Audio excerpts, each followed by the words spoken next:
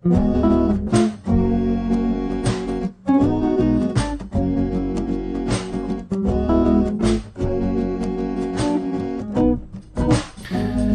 nos volvemos a encontrar nuevamente en este espacio privilegiado que es básicamente el del pensamiento.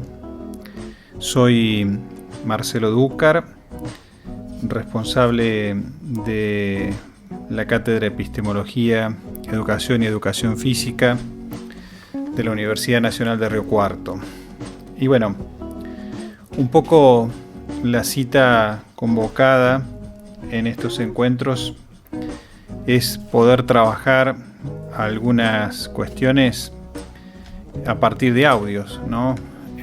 Presentar alternativas a los contenidos audiovisuales y, bueno, ensayar, probar, innovar esto que tiene que ver también con la escucha, con el audio. Así que, bueno, en esta oportunidad muy valiosa, muy hermosa, la idea sería presentar un análisis, presentar la reflexión sobre todo lo que ha significado un proceso y el producto de una evaluación, en este caso en el ámbito de la Universidad Nacional de Río Cuarto. ¿Y por qué me parece importante? Porque a partir de esta cátedra que es epistemología y que de algún modo uno intenta mejorar o en todo caso clarificar nuestros propios procesos de reflexión y de pensamiento, la idea sería cómo poder pensar, cómo poder comprender, qué son estos verbos que básicamente hacen referencia a la evaluación, porque la evaluación es mucho más que medir.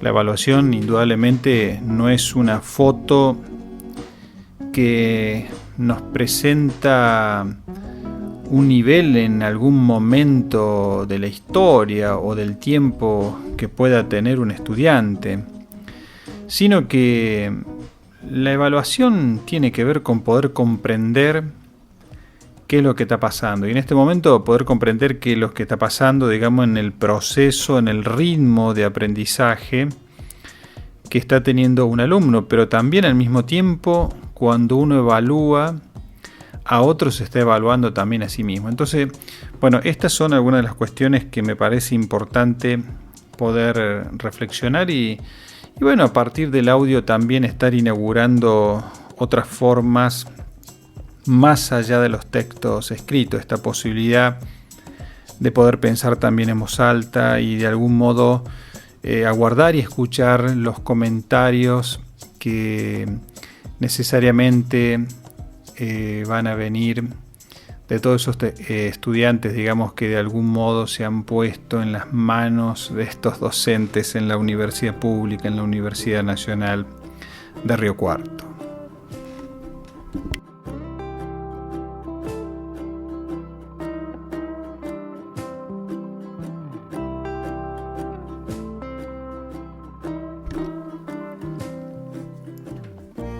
Bien, bueno, estamos en pandemia en la universidad, no hemos comenzado las clases presenciales en este año 2020 y es un año extraordinario.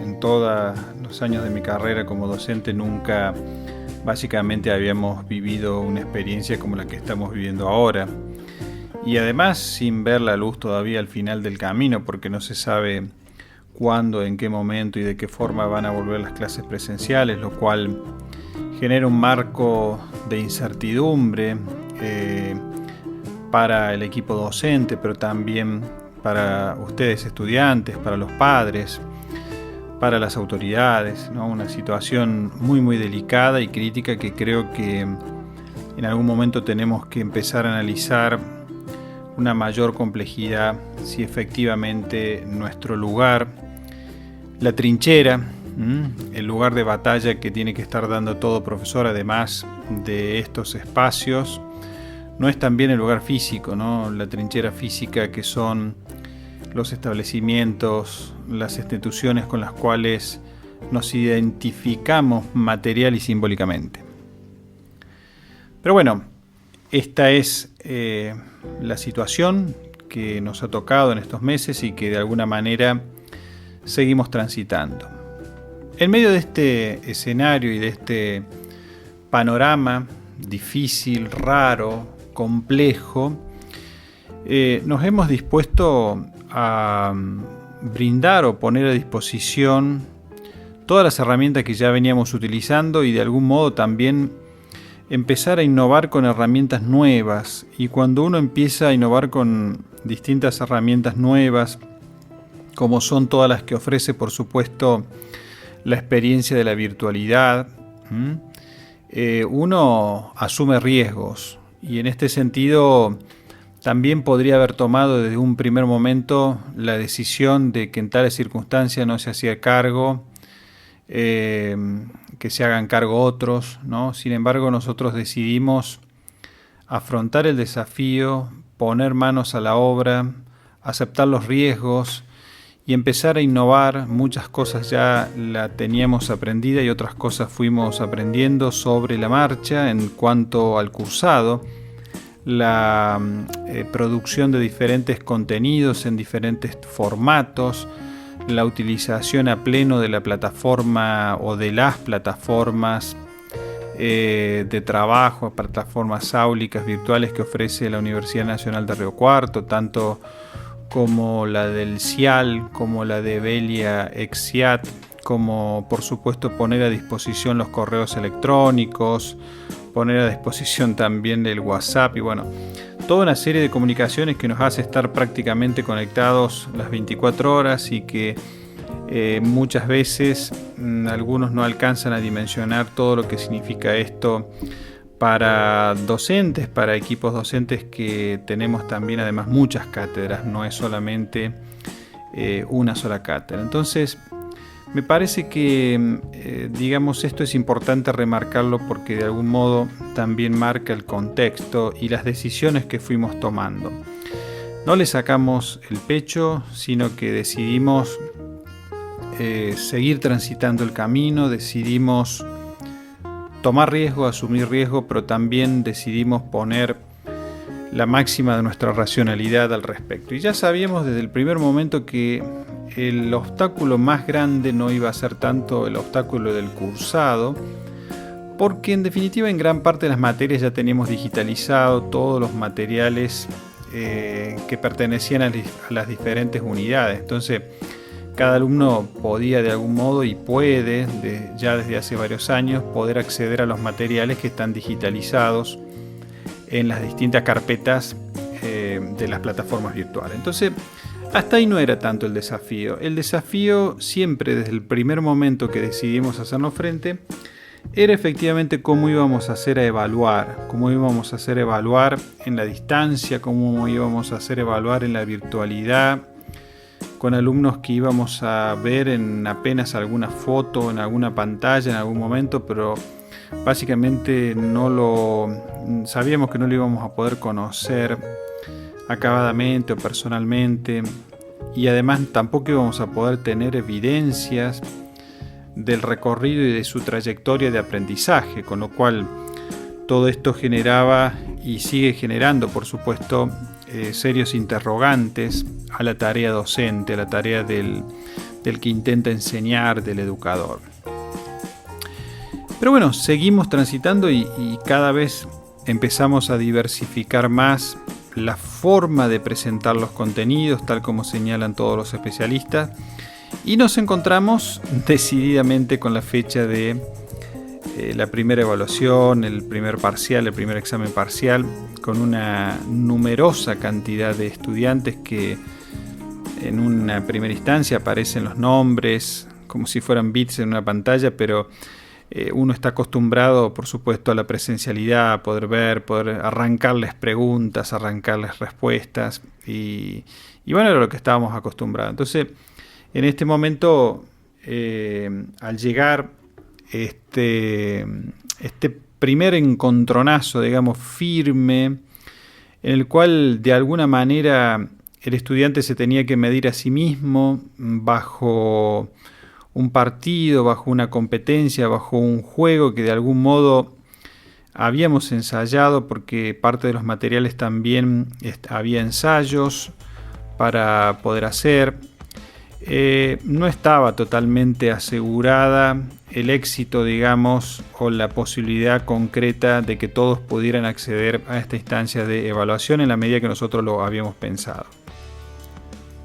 Decimos que lo vinimos preparando al examen, lo vinimos evaluando, digamos, durante mucho tiempo. No fue algo así tomado del azar o digamos que se nos ocurrió un día, no, sino que primero apareció toda la indagación bibliográfica y de otras investigaciones de lo que se estaba haciendo en otras universidades y en otros sistemas educativos. Particularmente nos interesó mucho la experiencia de los sistemas, el sistema educativo y la evaluación en Corea y en Singapur, que se hacen evaluaciones simultáneas y todas a partir de sistemas virtuales.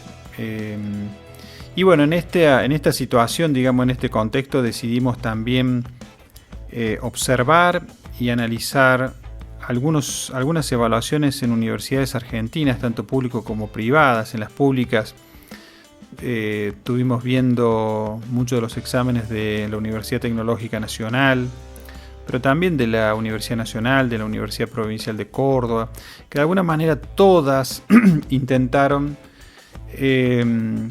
clarificar y poner, digamos, sobre la mesa las condiciones y los criterios de evaluación, porque eso hace también a la objetividad y hace también a la previsibilidad que tiene el alumno al momento de presentarse a rendir. Entonces, en ese contexto nos parecía que lo más importante era generar un tipo de examen que, digamos, en el formato fuera conocido por el estudiante, que no fuera algo desconocido, sino partir de algo conocido, generar una serie de preguntas de opción múltiple, dar la posibilidad de un espacio que sea el espacio virtual a partir de un enlace y dar también un tiempo. En ese tiempo sabíamos que podían llegar a haber dificultades tanto en el tiempo como en la conectividad para el enlace. Ya lo teníamos previsto. Por lo tanto, pensamos también en algunas alternativas, ¿no? El plan A, el plan B y el plan C. Y esto nos parece también importante poder reflexionarlo así, de esa manera, porque de algún modo también traza un recorrido de lo que es la planificación de una acción. Y en este caso, bueno, el mensaje es que además nos parece que las expectativas han sido cumplidas y de algún modo tenemos también algunas evidencias que nos indican que por ahí han dado el camino. El examen se planteó entonces de 45 minutos. Como ustedes saben, en muchas de las universidades también se plantea así, con tiempos acotados. Se da el enlace, se abre y se cierra una ventana en el enlace para que el alumno pueda realizar la evaluación y luego tiene que entregarla. La puede entregar, digamos, las recomendaciones fueron que las entregaran antes de cumplir el tiempo máximo, porque también de algún modo sabíamos que en el apuro y las fallas en la conectividad y la debilidad en la conectividad que hay en algunas poblaciones, particularmente nosotros que tenemos aquí alumnos de varias provincias y de varios lados, y sabemos también, bueno, todos los imprevistos que pueden aparecer.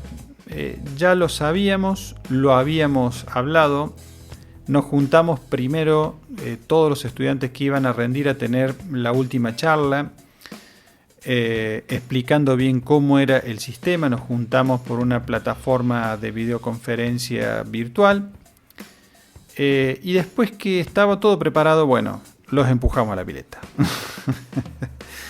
Los empujamos a la pileta y bueno, sinceramente, cuando empezó a transcurrir el tiempo estábamos expectantes de cómo efectivamente se desarrollaría. Y bueno, empezamos a ver en la plantilla de estadísticas, por supuesto en tiempo real, que pasaban los minutos y no aparecían las evaluaciones, con lo cual aumentaba el nivel de incertidumbre, hasta que cuando faltaban 10 minutos teníamos apenas 30 alumnos que habían entregado y en 10 minutos entregaron o aparecieron 180 evaluaciones, 186 evaluaciones, lo cual por un lado fue una satisfacción grande, una sensación, bueno, de que habíamos podido completar en la forma, en lo tecnológico, en el dispositivo, digamos, todas las herramientas para que los estudiantes pudieran completar este primer encuentro con una evaluación. Quedaba, por supuesto, no digo lo más importante, pero sino también poder analizar qué era lo que había pasado. Entonces nos volvimos a reunir nuevamente con todos los estudiantes a partir de la plataforma para preguntarles efectivamente cómo les había ido, cuáles eran las mayores dificultades. Nosotros ya podíamos acceder en tiempo real a los resultados, pero bueno, queríamos saber realmente las dificultades en responder a los contenidos. Queríamos también averiguar si efectivamente los contenidos que habíamos trabajado previamente se encontraban reflejados en las preguntas y en las actividades que tenía el parcial, que eso era también otro de los aspectos, otro de los problemas que se suelen plantear, que muchas veces los contenidos que aparecen en la evaluación no se trabajaron o no aparecen claramente identificados en sus prioridades en los materiales que se circulan o en las clases próximas. Consultados con muchos de los estudiantes, fuimos advirtiendo que efectivamente las preguntas que aparecían estaban claramente identificadas, o sea, los contenidos estaban vistos. También aparecía que la dificultad del examen era evidente porque efectivamente lo estábamos viendo en los resultados de los puntos obtenidos, en la cantidad de respuestas acertadas o incorrectas, pero por otro lado también lo estábamos escuchando a los estudiantes cómo ellos verbalizaban acerca de las dificultades que había tenido el examen.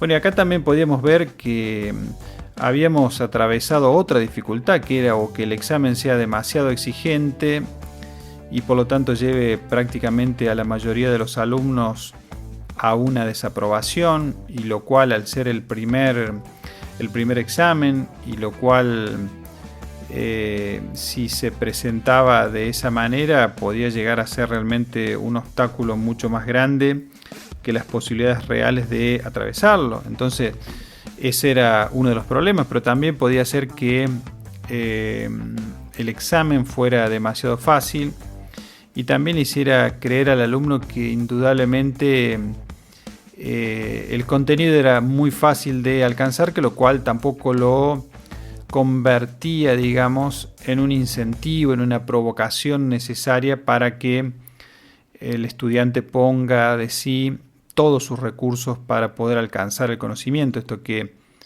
llamaban algunos autores que el conocimiento es una especie de cacería, ¿no? No es un banquete, digamos, no es una fiesta. El conocimiento, la satisfacción de haber alcanzado, de haber abierto puertas, claro que indudablemente es una fiesta, pero el conocimiento es algo trabajoso, es algo que de alguna manera necesita de nuestra creatividad, de nuestra dedicación, de nuestra curiosidad, de nuestra búsqueda.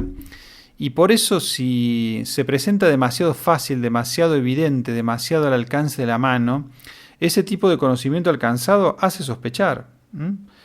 En el ámbito de la ciencia, cuando no aparece ninguna contrastividad a lo que plantea un científico de primera mano, lejos de ser algo claro y objetivo, es algo sospechoso, porque el conocimiento comienza a ser cada vez más verdadero en la medida que se pone a prueba, en la medida que van apareciendo las dificultades y que a esas dificultades las vamos superando mediante medidas racionales y concretas y una búsqueda creativa para superarlas. Es decir, Lo importante era saber que no era tan difícil como para que pudiera ser un obstáculo tan grande que llevara a la decepción, y tampoco tan fácil que fuera algo que realmente no motivara a buscar el conocimiento con todas las fuerzas, con toda la creatividad, con todo el empuje, con todo el ímpetu que tiene que tener un estudiante, un aprendiz de científico, que de alguna manera tiene que saber que de alguna forma los contenidos y los conocimientos son arduos, no son algo que están dados esperándonos para que nosotros accedamos a ellos, sino que de alguna manera todos nuestros estereotipos, nuestros prejuicios, nuestros automatismos nos hacen en parte buscar o proyectar lo que nosotros queremos encontrar. Y la dificultad que muchas veces presenta el contenido para alcanzar es también un buen reflejo de que antes de afirmar, la tarea fundamental de la filosofía es la de presentar la negatividad, la de enseñar a dudar, la de enseñar a desconfiar, la de poner a prueba la fiabilidad de los pensamientos o la racionalidad de los pensamientos. Entonces, bueno, nos parece que esto tenía evidencias realmente positivas de que se dio, de que esto efectivamente generó en gran parte de los alumnos esta dificultad ajustada, y que lo cual lleva a seguir encontrando en los contenidos, en el arduo trabajo diario, digamos, de la búsqueda, una oportunidad valiosa. Una evaluación que podría haber sido simplemente una cuestión de medición de la capacidad de repetición o de reproducción que tenía un alumno, como muchas veces están pensados muchos de los exámenes. A partir de esta experiencia de reflexionar sobre las propias prácticas, estamos cambiando un poco la mirada sobre la evaluación. Este audio, de algún modo, esta reflexión intenta hacer eso. Esto es parte de la evaluación. Esto no es algo ajeno al proceso de evaluación, sino lo que estoy intentando hacer acá, estoy reflexionando junto a ustedes sobre la importancia que debe tener una evaluación como comprensión de las cosas que suceden. Pero también me parece importante, y de hecho, al hacer una valoración positiva, pero también podríamos hacer una valoración de que el resultado no se hubiera ajustado a las expectativas y esto no hubiera disminuido la responsabilidad, digamos, de haber planificado un examen, sino que de algún modo hay veces que los resultados o el producto se ajustan en mayor medida y otras veces que se ajustan en menor medida, y por lo tanto tenemos que seguir perfeccionándolo más. Bueno, en este caso nos parece que se ajustó, pero básicamente habíamos tomado también muchas medidas previas por si no resultaba. No era que nos quedamos con un solo plan, con el plan A, sino que teníamos plan A, plan B, plan C. Y de hecho, algo que tuvimos que hacer en este encuentro posterior a cumplimentado el paso, o el tiempo, de presentación de los exámenes, en este encuentro virtual que tuvimos con todos los alumnos, fuimos advirtiendo también el tamaño de las dificultades, no solamente las dificultades para expresar el contenido por la confusión o la dificultad de interpretación que planteaban algunas preguntas, sino también con ciertos problemas que no tenían que ver con el contenido, sino con el contenedor. O sea, estos problemas que tienen que ver básicamente en el campo de la virtualidad con la conectividad o con el manejo de ciertos dispositivos tecnológicos para acceder a la conexión remota. Y bueno, aquí comenzamos a advertir que, bueno, llamativamente para nosotros en buena hora eran mínimos las dificultades que habían en este sentido. Mínimos equivale, por poner una cifra, a que de los 186 evaluaciones que se presentaron, menos del 3,3% de los estudiantes tuvieron algún problema concreto para subir su examen al sistema. Nos parece importante poder así, en este sentido, medirlo o poder dimensionar las proporciones. Quiere decir esto que el 97% de los estudiantes no tuvo ninguna dificultad o tuvo dificultades menores, pero pudo cumplimentar su examen. En este sentido, también podríamos haber tomado otro tipo de decisiones. ¿Y qué decisiones podríamos haber tomado? Que bueno, que como la mayoría había podido presentar su examen, bueno, los que no lo habían podido presentar iban a tener ausente o iban a estar desaprobados necesariamente, ¿no? Como muchas veces pasa en nuestra cultura, que atendemos a las mayorías o nos sujetamos a la ley solamente cuando está de nuestro lado.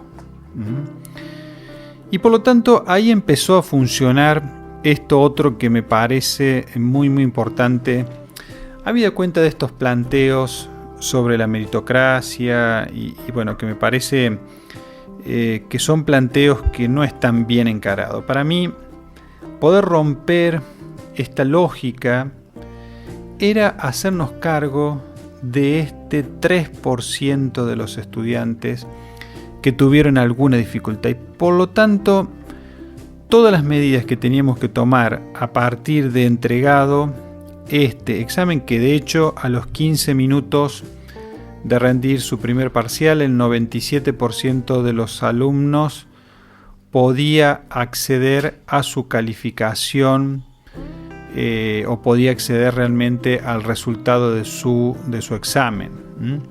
Bueno, también es cierto que algunos cometieron algunos errores al poner su correo, entonces no les llegó la calificación inmediatamente. Bueno, y los otros están dentro de ese 3% está con problemas efectivamente técnicos y de conectividad. Pero, a ver, lo cierto y lo que quiero plantear, que no nos quedamos con el 97%, con la mayoría en los laureles, sino que tuvimos que invertir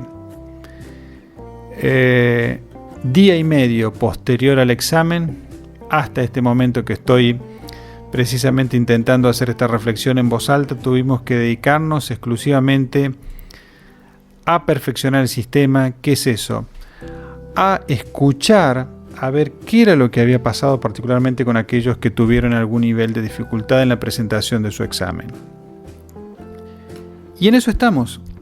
Y esto para mí tiene que ver con reconocer o con comprender, por un lado, qué pasa con las mayorías, pero por otro lado también qué pasa con las minorías, qué ha pasado con estos 6 alumnos que tuvieron dificultades concretas para subir su examen o su parcial.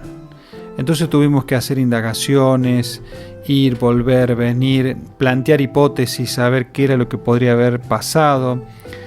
Por un lado, descartar sospechas que pudieran tener sobre algún tipo de fraude o engaños o demás. Bueno, todo esto que hace a la acción de investigación, que marca también un marco de justicia sobre todos aquellos alumnos que efectivamente habían presentado y habían ingresado en el sistema sus parciales. De estos alumnos no teníamos evidencia alguna, o sea que teníamos que tener la confianza de creer en la palabra del alumno que decía que había presentado o no había podido presentar a pesar de haber hecho todo lo posible. Entonces, bueno, escuchar todos esos argumentos, controlar en el sistema, pero inmediatamente también buscar por todos los medios en darle una solución.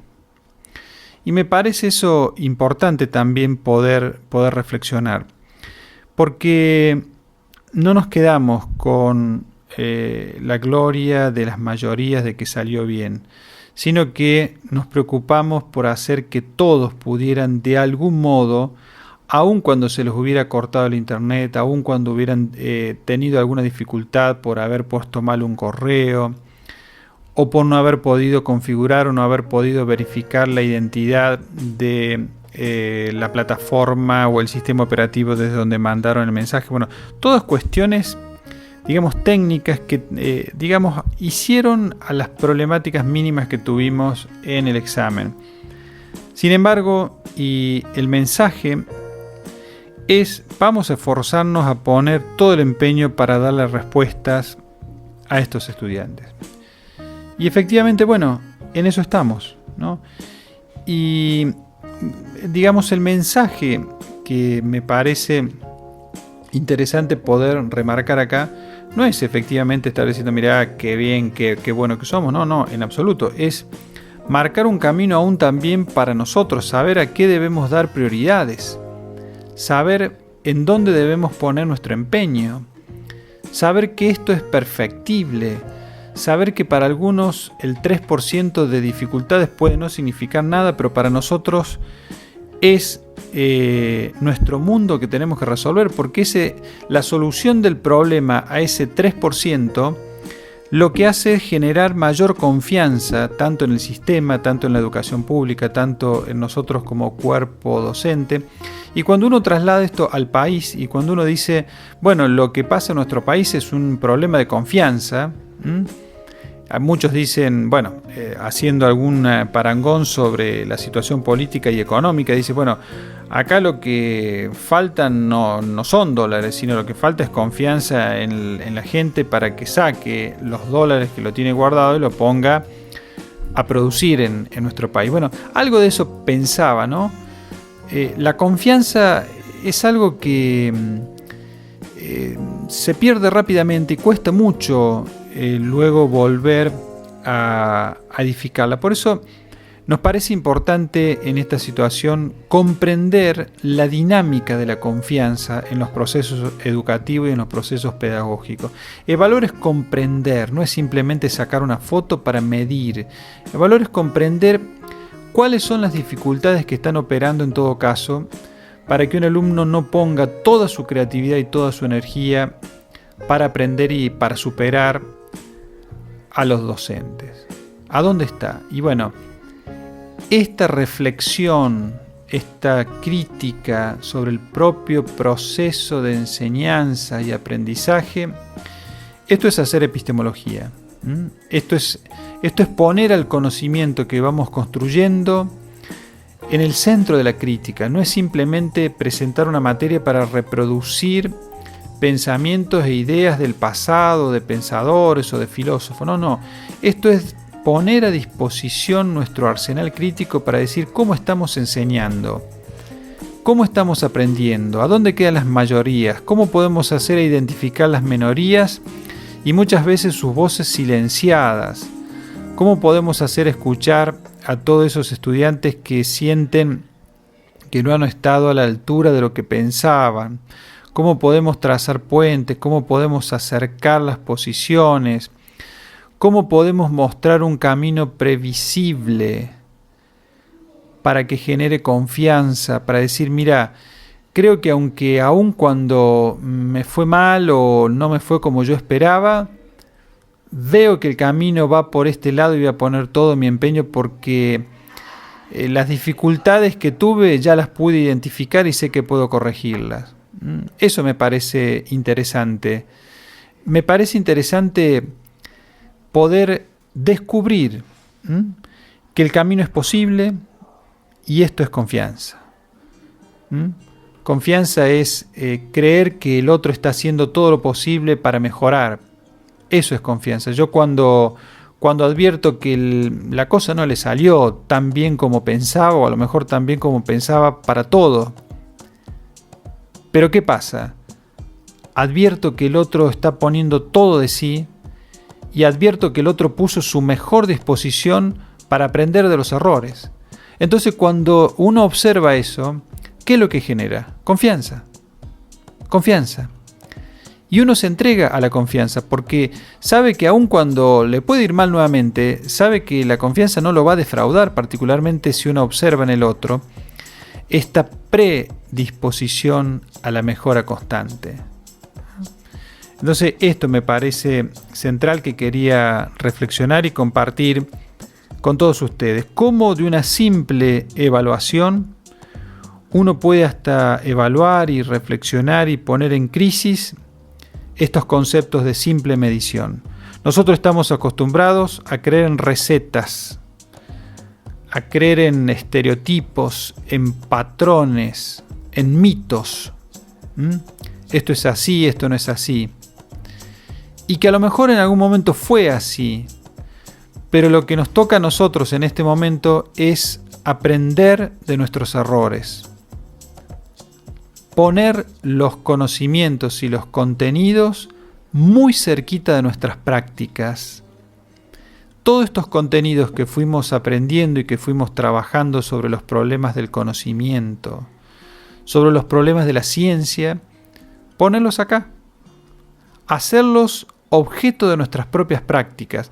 Poner a disposición esto, que es una evaluación, que es el momento, por decir, más dramático que tiene el acto educativo, y es el momento también más dramático que tiene un docente, porque cuando nosotros decidimos que era previsible, digamos, hacer el examen de esta forma, también sabíamos que nos íbamos a sujetar a los puntajes que habíamos puesto y a la forma de estructurar las preguntas. Y también sabíamos que uno tiene muchas veces más cercanía con algunos alumnos que con otros, y le gustaría hasta en muchos casos que a algunos alumnos les fuera bien.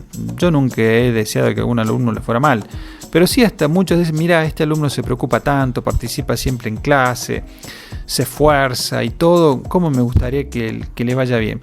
Y al plantear un examen de este modo, sabíamos nosotros que el sistema tal como había sido configurado, eliminaba toda posibilidad, digamos, discrecional para que nosotros modificáramos ese resultado de la evaluación.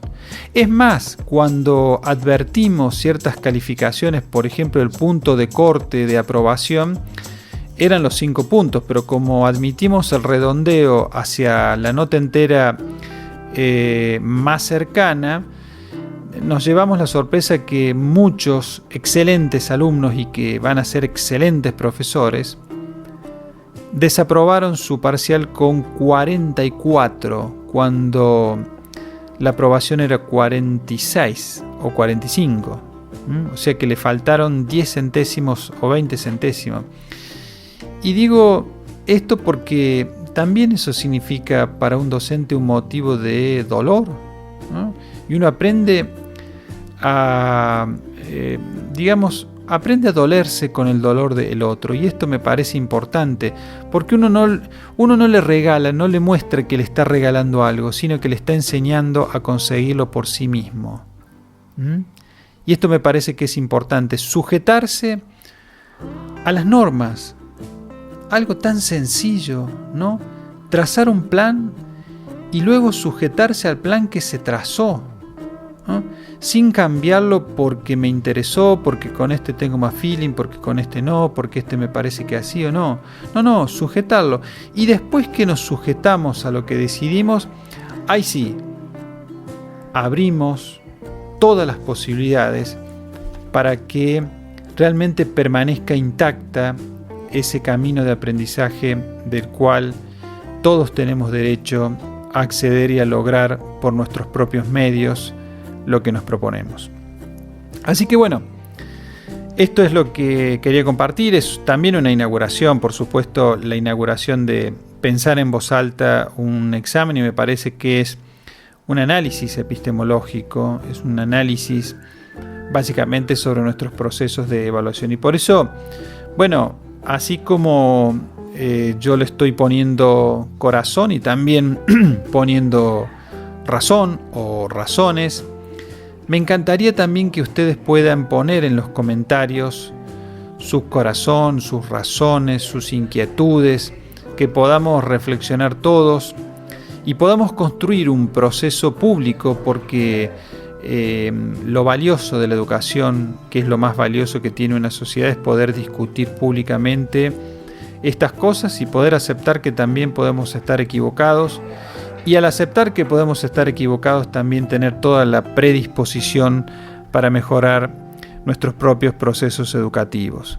Entonces, aguardo básicamente esto, aguardo sus comentarios y sobre todo, bueno, querer felicitarlos, ¿no? En este último mensaje es la felicitación en nombre de todo el equipo de cátedra, porque sabemos que esto no solamente ha sido un aprendizaje para ustedes, sino también para nosotros está siendo y lo va a ser un momento muy importante para aprender juntos y para intentar comprender no solamente cómo están aprendiendo ustedes, sino también de alguna forma poner nuestro granito de arena para convertir a la Universidad Nacional de Río Cuarto, a la educación pública, a la universidad pública, en esto que es un agente de cambio y de transformación de la sociedad que tanto necesitamos. Así que muchísimas gracias, los felicito y por supuesto aguardo sus comentarios, que es lo más hermoso y lo que nos va a permitir, por supuesto,